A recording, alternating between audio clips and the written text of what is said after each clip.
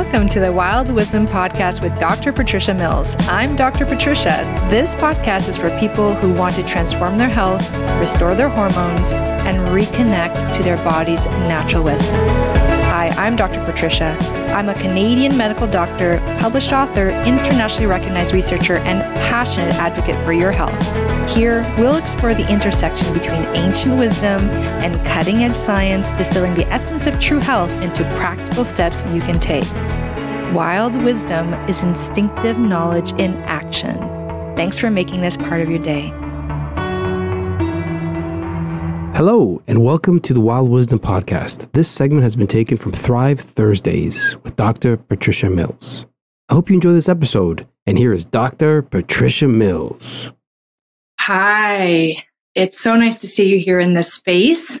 We're talking everything about plant proteins today. And if you are someone who is interested in a plant-based diet or a plant-focused diet where you eat a lot of plants with a little bit of happy animal meat, ideally, if you're going to eat any kind of animal meat, what you're probably wondering is it possible to be healthy on a plant-based or a plant-focused diet? And can I get enough protein? So today, I'm Dr. Patricia Mills. I'm a medical doctor, functional medicine practitioner, holistic health approach, whole body, mind, and spirit. And welcome to my Thrive Thursday live event, where I answer your health questions with evidence-based answers. And some good common sense sprinkled in as well, because that's always important.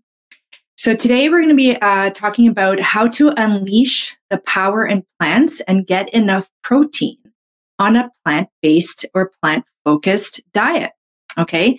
Now, just so you know, because people always wonder when someone's presenting on this topic, you know, what camp do you kind of sit in terms of should we eat all plants or should we have some happy animal meat in there? And my answer to that is always it depends. And today I'm going to be talking about three major topics that help bring some clarity to this discussion.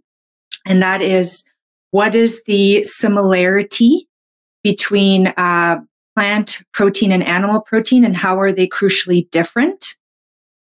What are the biggest mistakes that people make trying to eat high protein on a plant-based diet, trying to hit their protein targets on a plant-based diet?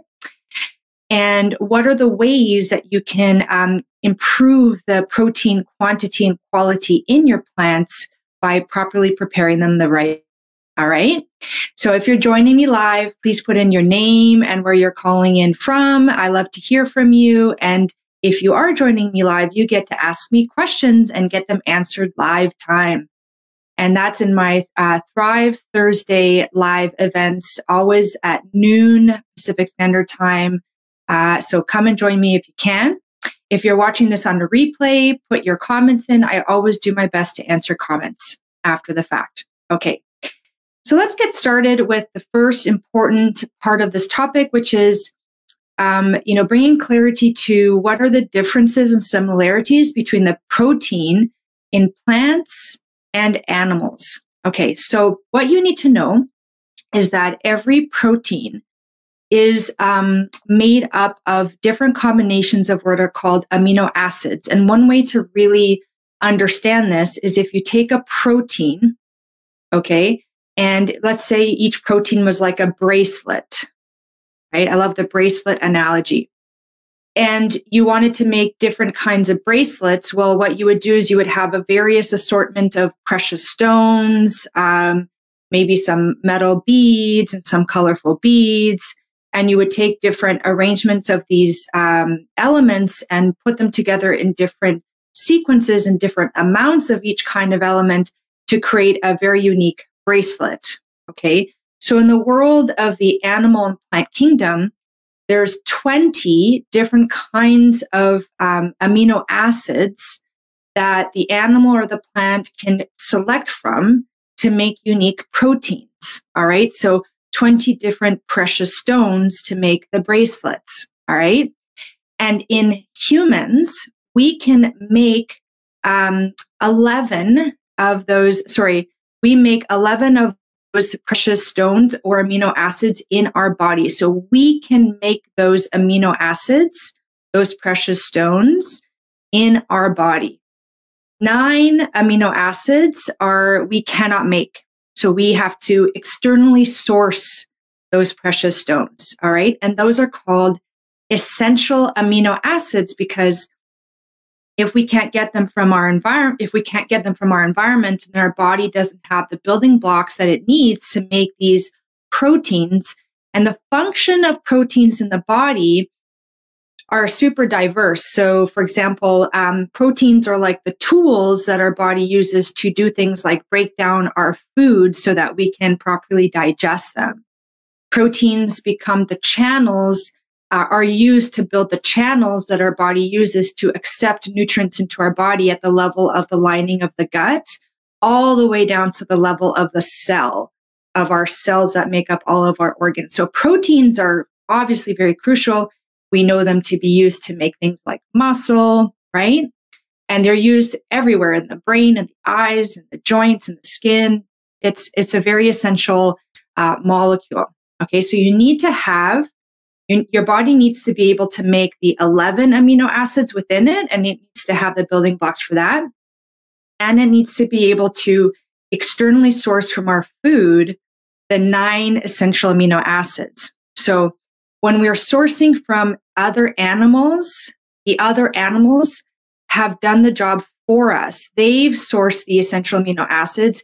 They've made the complete range of proteins. And when we eat that, we get the complete range of proteins. Okay, we get the complete protein. So we get the essential and non-essential amino acids. And so animal meat would be like fish, beef, poultry, pork, eggs, those kinds of things. Okay.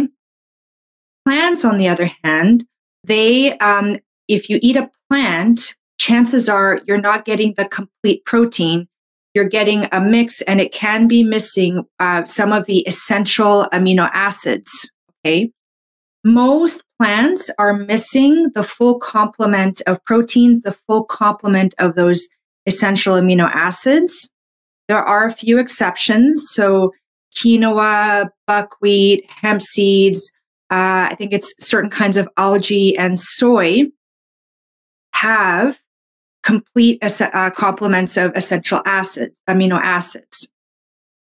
And there are some, and nutritionists and will teach about how if you can, have a variety of plants, when you combine different plants, you get the full complement of the essential amino acids. So common plant food combinations are things like seeds and nuts and whole grains. So for example, let's say you have like an almond butter on a whole grain toast. That would be, you would be food combining for the essential amino acids. Okay.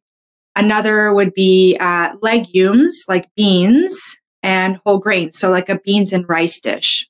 Okay. And then another one I believe is nuts and legumes. So if you have a salad and you have like chickpeas on it with some pumpkin seeds, that would be another way to food combine. Okay. And again, if you're joining me live, put in your name and where you're calling in from. I'd love to hear from you, and definitely feel free to ask your questions. Okay. Now, here we go into the second part of what the talk today, which is the biggest mistake that people make when they're trying to hit their protein targets using plants. And now you understand that when I'm saying protein targets, I mean the amount of protein and the full complement of the essential amino acids as I've described, right? So the biggest mistake that people make is that they don't realize that the additional difference between plant protein and animal protein is the availability and the digestibility of those proteins. So I'm going to get deeper into that. So I'm introducing this new concept that we want the protein in the product, in the meat or the plant that we're eating, to be available for us to then digest. It has to be available and digestible. And I'm going to take a little quick break here to say hi. Now it says Facebook user. I don't see your name. Sometimes with StreamYard, you have to give it, you have to allow it to use your name when you're engaging this kind of conversation. So if you can, whoever said hi, just put in your name so I know who it is and I can say hi back. I'd love to do that. So the availability and digestibility. All right. Now, this is something that very few people are talking about, and this will blow your mind. So, for example, I was looking up a study the research study was to look up the protein in lentils, okay, and try to make the protein in lentils be usable by the human body to increase its availability and digestibility, okay? And the interesting thing was that they talked about how, and they did different methods of food preparation, and one of them was fermentation, okay? Fermentation. And hi, Shiro, it's you. Hi, nice to see you. It's so great to have you here. Welcome. Ask your questions when you have them, okay? So what they did is if the process of fermentation is that you have the plant food. So plants that are known to have like high amounts of protein are plants like legumes, which are like beans, lentils, right? Nuts and seeds. And they are high amounts. So the biggest mistake is that you look at the ingredient label or you look at the protein content and you see, oh, this has 10 grams of protein. The mistake is that those 10 grams of protein are actually not necessarily available to your body for use and digestible for your body for it to absorb. Okay? So that's the biggest mistake. And this point is illustrated by this research study that took that lentil flour and it underwent fermentation, and they did it actually two different ways. Fermentation is when natural organisms like yeasts or added organisms like yeasts in the flour are allowed to sit and partially kind of eat away at the flour and digest, like pre-digest the flour. And it eats at the simple sugars, it eats at the carbohydrates, it eats the protein, it eats the fat, okay? And it transforms these. And today we're focusing on the protein. It is interesting that it also transforms the carbohydrates, but it transforms the protein. And the transformation is that it takes the crude protein, like the unavailable, undigestible protein, and breaks it down into the essential amino acids and into a type of protein that is soluble, so it's digestible. It's available and digestible. And as an example, these researchers showed that it took 3 days of fermentation of the lentil flour, okay, with a specific organism, a probiotic, a specific yeast, for that lentil flour to have a similar, not as good, but close protein digestibility and availability as meat. Okay, 3 days of fermentation is what it took for those 10 grams, for example, in the lentils to become as available and digestible as 10 grams in an animal protein product.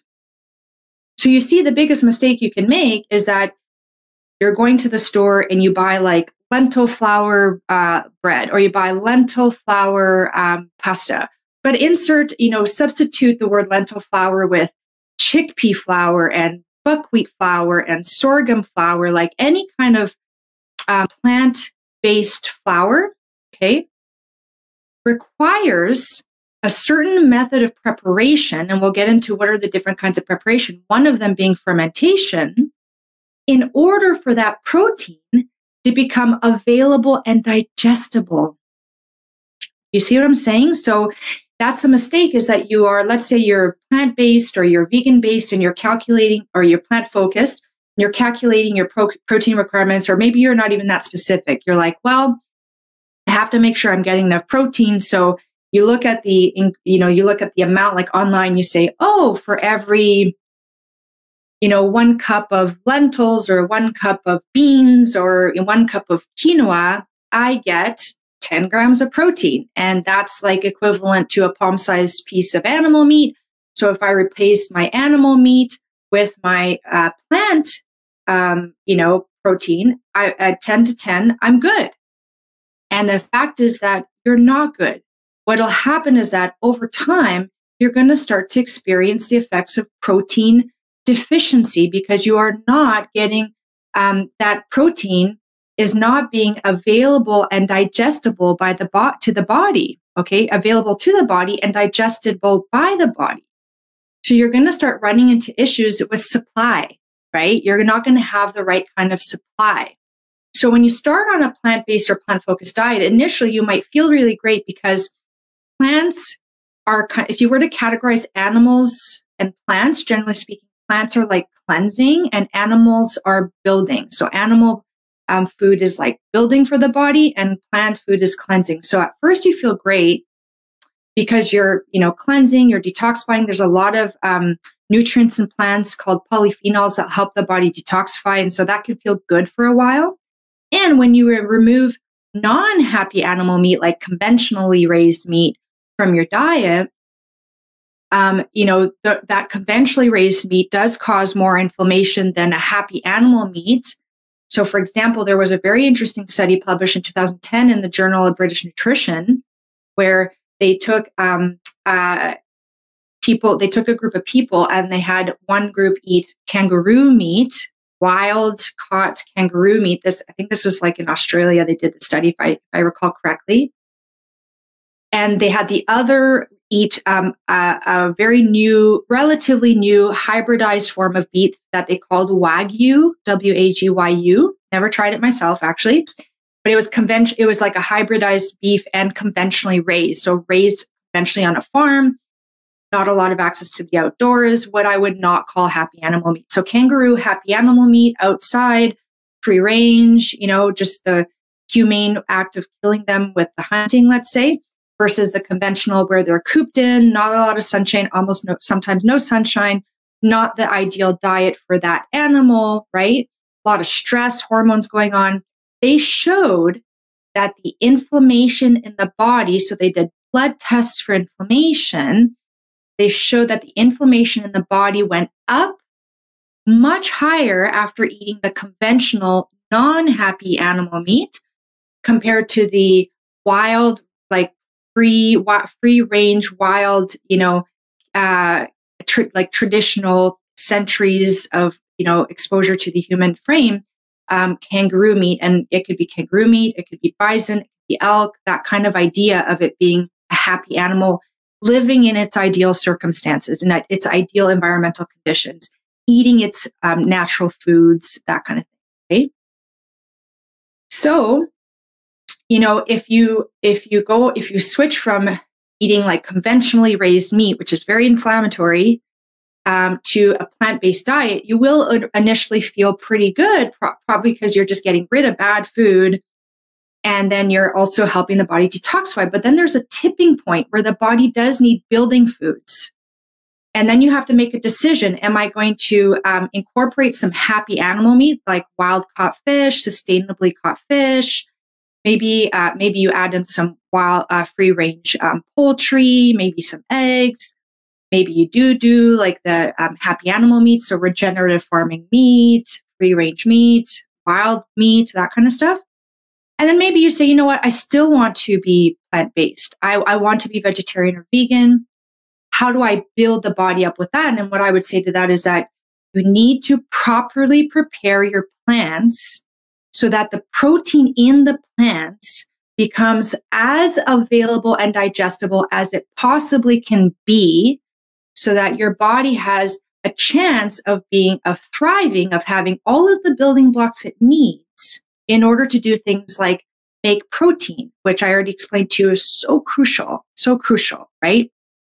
And interestingly, I think that there's a saying that as we age, we need more protein. I think what happens is that as we age, our digestive power decreases. So we're not as able to digest our protein. And so we compensate by adding more protein. Maybe we need to compensate by improving the digestibility of our protein, the protein in our foods, and by supporting the digestive power, right? Which we can do with targeted supplements and strategic lifestyle strategies.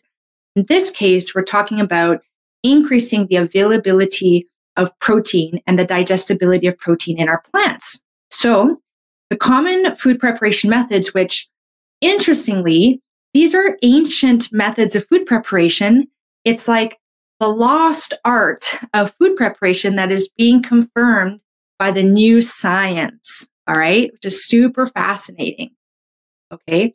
And what are those ancient methods of food preparation that increase the availability of protein and digestibility of protein? Well, they are soaking to start the germination process. So the germination process is when that bean, nut, seed, whole grain starts to chemically transform in order to grow into that plant. So it's dormant, it's the seed, it's the baby of the plant. And then certain conditions like water start the chemical transformation process where then it's going to sprout and turn into that plant. And that chemical transformation is called germination. And if you let it go further, it'll sprout, right? The little tail comes out. Soaking for a minimum, like, rice, for example, in Asian cultures and in Brazil, where I'm from, where we have a lot of rice, we always soaked our rice for at least 30 minutes. I remember even for the whole day. That's in the morning, you would get the rice, you put it in water, you let it soak. And that starts the process of germination. Same thing for nuts, same things for seeds. So at a minimum, soaking your plants, your beans, legumes, nuts, and seeds, and whole grains will start that process of germination. And that already unlocks the power of protein in those plants by about 20 to 40, 50%. Okay. The next step is to take it a step further, and that's to sprout. And so if you sprout, it further unlocks the protein, and it improves up to by about 60%, like a range of 30 to 60%. The most powerful is fermentation, and fermentation unlocks the power anywhere between 70 to 100%, sometimes like 99.34 was the highest number I saw in the study. But if you ferment for too long, then those organisms that are doing the fermentation start to eat the protein. So there's like a magic sweet spot where, for example, there was one study that showed that 72 hours of fermentation of flour products like quinoa flour, oat flour, amaranth flour, lentil flour was, unlocked the protein. But if you did it for 120 hours of fermentation, that was too much. You started to lose your protein content. Okay.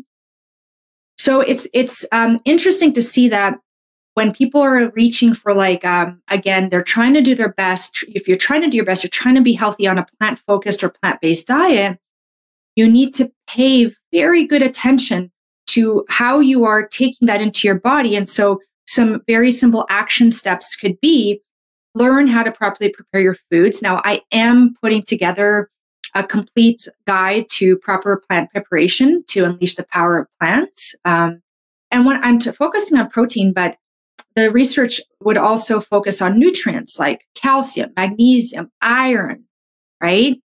Why do so many people on plant-based diets have iron deficiency anemia, right? Like we need to make that iron available to our body. And obviously reach out to me if you want to be put on the wait list to have a copy of this product. You can find this information online. The reason I put a guide together is because it's all over the place. You have to look here for that, here for that. And I had to go into the research actually to show, because sometimes I would see something on a website and I'm like, I don't know if that method actually works. And then I would go and find the research on it and see how they did it exactly. And then I would be confident that that timing, that method really actually worked to unlock the nutrients in that plant.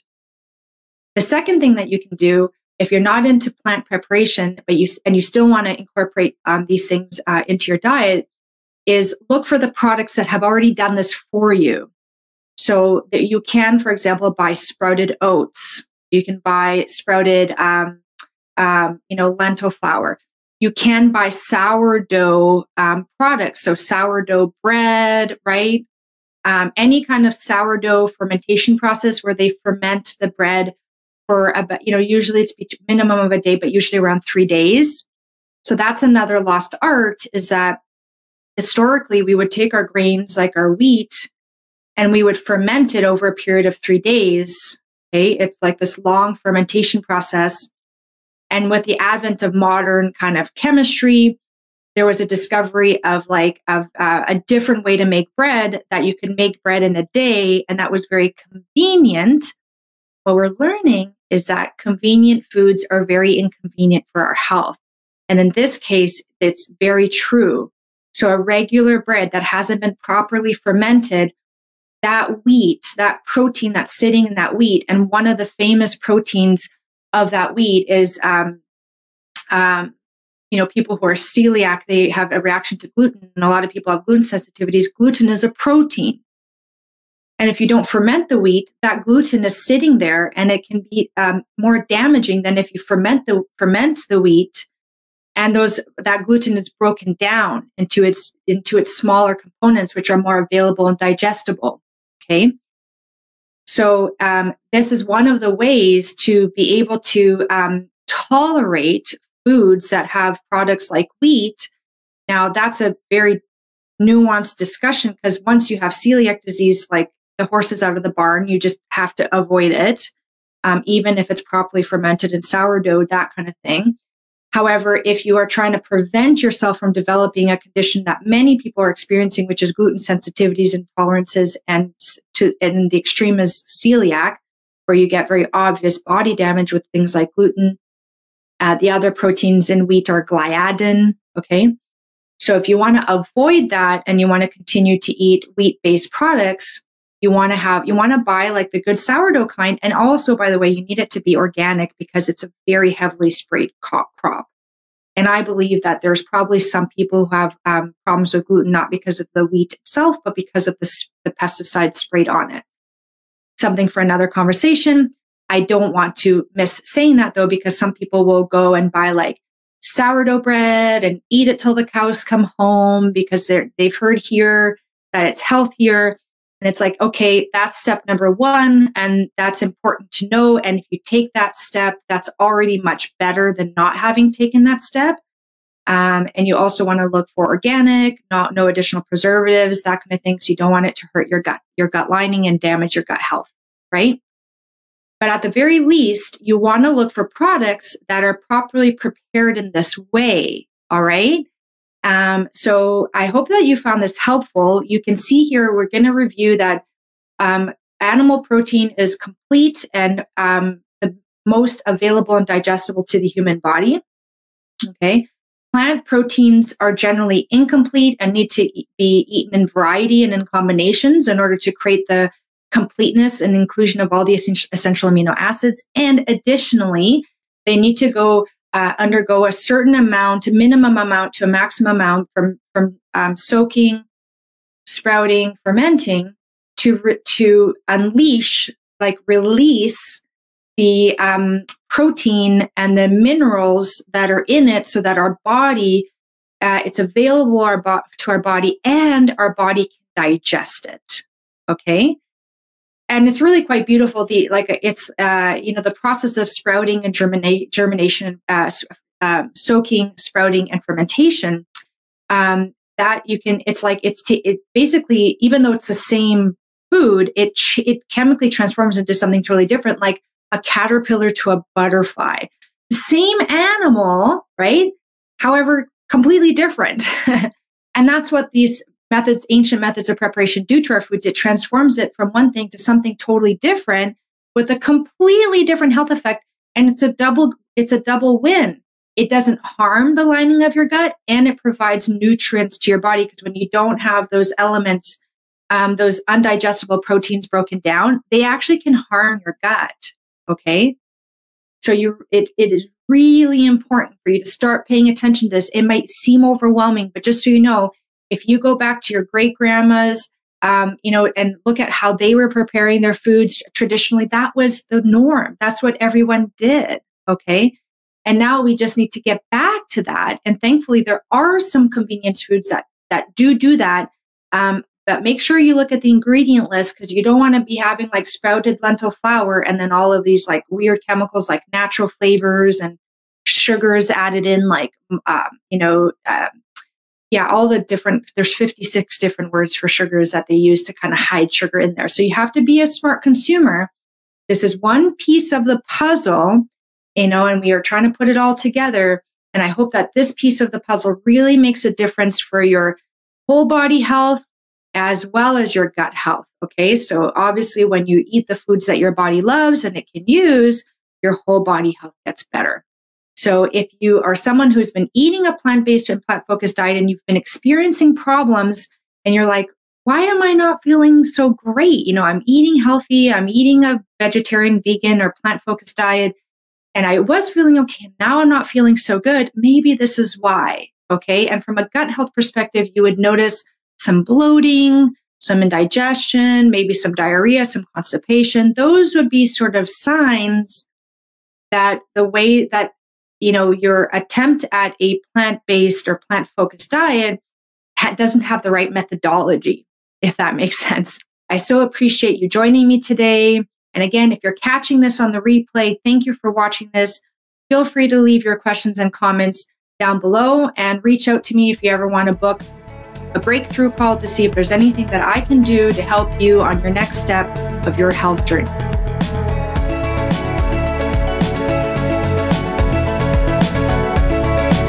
Thank you for taking the time to listen to this podcast, Wild Wisdom with Dr. Patricia Mills. If you like this podcast, please take the time to like and subscribe, and please feel free to leave any comments and look below for the contact information if you want to connect with me directly. Thank you, and I hope you have a wonderful day, evening, or night. Hi everyone, I hope you enjoyed this episode. Just a reminder, this podcast is for educational purposes only. This podcast is not a substitute for a professional care doctor or other qualified medical professional. This podcast is provided with the understanding that it does not constitute medical or other professional advice or services. If you are looking for help in your journey, it is important that you seek out a qualified health practitioner. If you would like to work with Dr. Patricia for her expert health transformation guidance, please email her at info@drpatriciamills.com to book a discovery call. You can also find Dr. Patricia on Instagram at Dr. Patricia Mills and Facebook at Wild Wisdom for Women with Dr. Patricia Mills, MD. For access to all of Dr. Patricia's educational videos and more amazing perks, consider becoming a Patreon member. Links are in the description of this episode. It is important to have an expert in your corner that can help you make the changes you crave, especially when it comes to your health.